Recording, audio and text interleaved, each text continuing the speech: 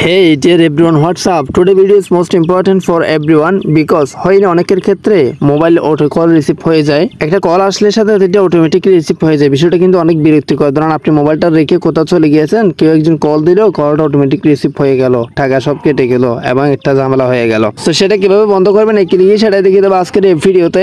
যদি আপনি ওই প্রবলেমে ফেস করে থাকেন তাহলে রিকোয়েস্ট করবো ভিডিওটি ফার্স্ট টু লাস্ট পর্যন্ত দেখবেন। হ্যাঁ, সো প্রথমত যে কাজটি করতে হবে আমাদের সেটিংস অপশনে চলে আসতে হবে। এত বড় একটা সমস্যা ছোট্ট একটা ভিডিওতে আমি আপনাদেরকে সমাধান দিচ্ছি। অবশ্যই সাবস্ক্রাইব মাস্ট থাকবে এন্ড লাইক করে দিবেন এবং বন্ধুর মাঝে শেয়ার করে দিবেন যাতে সবাই জানতে পারে।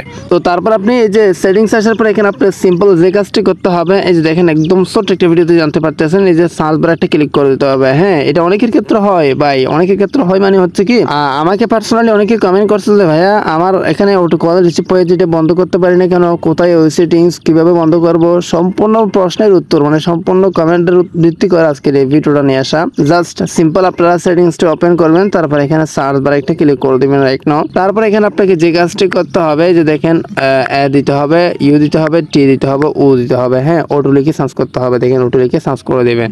তো অটো লিখে সার্চ করে দেওয়ার পর এখানে দেখেন অটো অ্যান্সার নাম একটা লেখা আছে। অটো অ্যান্সার মানে হচ্ছে কি যে দেখেন অটো অ্যান্সার এটাতে একটা ক্লিক করে দিতে হবে। সো রাইট নাও দেখেন এই যে মোস্ট ইম্পর্টেন্ট সেটিংস হচ্ছে কি এটাই। দাঁড়ান এখনই দূর দিয়ে না, অনেকে কি করেন ভিডিওটা এখানে মূল পয়েন্টে আসলে এখান থেকে মানে চলে যায়। হ্যাঁ, আমি সেটিংসটা পেয়ে গেছি, এখন আর ভিডিওটা দেখতে হবে না। বিষয়টা এরকম না, আপনাকে সম্পূর্ণ দেখতে হবে, তারপর বুঝতে হবে আসলে এটাই কি ওই সেটিংস। মানে সবকিছু বুঝে শুনে আপনি ভিডিও থেকে হুট করে দূর দিবেন। হ্যাঁ, সম্পূর্ণ ভিডিওটি দেখে তারপর বুঝে শুনে সবকিছু শিখে তারপর যাবেন। এখানে তো আপনার টাকা লস হচ্ছে না, জাস্ট ভিডিওটি দেখতেছেন, কিছু তো শিখতেছেন। তো মূলত এখন বিষয়টা হচ্ছে কি কিভাবে বন্ধ করবেন। দেখেন এই যে ইতিমধ্যে এখানে একটা সেটিংস অপশন আছে, একটা এনাবল অপশন আছে, আমি জাস্ট এনাবল করে দিয়েছি। আর এখানে দেখেন বিষয়টা বুঝে দিচ্ছি, 3 সেকেন্ড নামে একটা লেখা আছে, এটাতে একটা ক্লিক করে দিয়েছি। আপনি যদি এখানে 10 সেকেন্ড সিলেক্ট করে দেন তাহলে কেউ কল দিলে 10 সেকেন্ড পর রিসিভ হবে, আর যদি 5 সেকেন্ড সিলেক্ট করে দেন কেউ কল দিলে 5 সেকেন্ড পর রিসিভ হবে। আর এখানে দেখেন ডিফল্ট ভাবে 3 সেকেন্ড সিলেক্ট করা আছে, 3 সেকেন্ড পর রিসিভ হবে। আর যদি আপনি দেন নো ডেইলি এটাতে ক্লিক করে দেন তাহলে মানে কল দেওয়ার সাথে এটা অটোমেটিকলি রিসিভ হয়ে যাবে।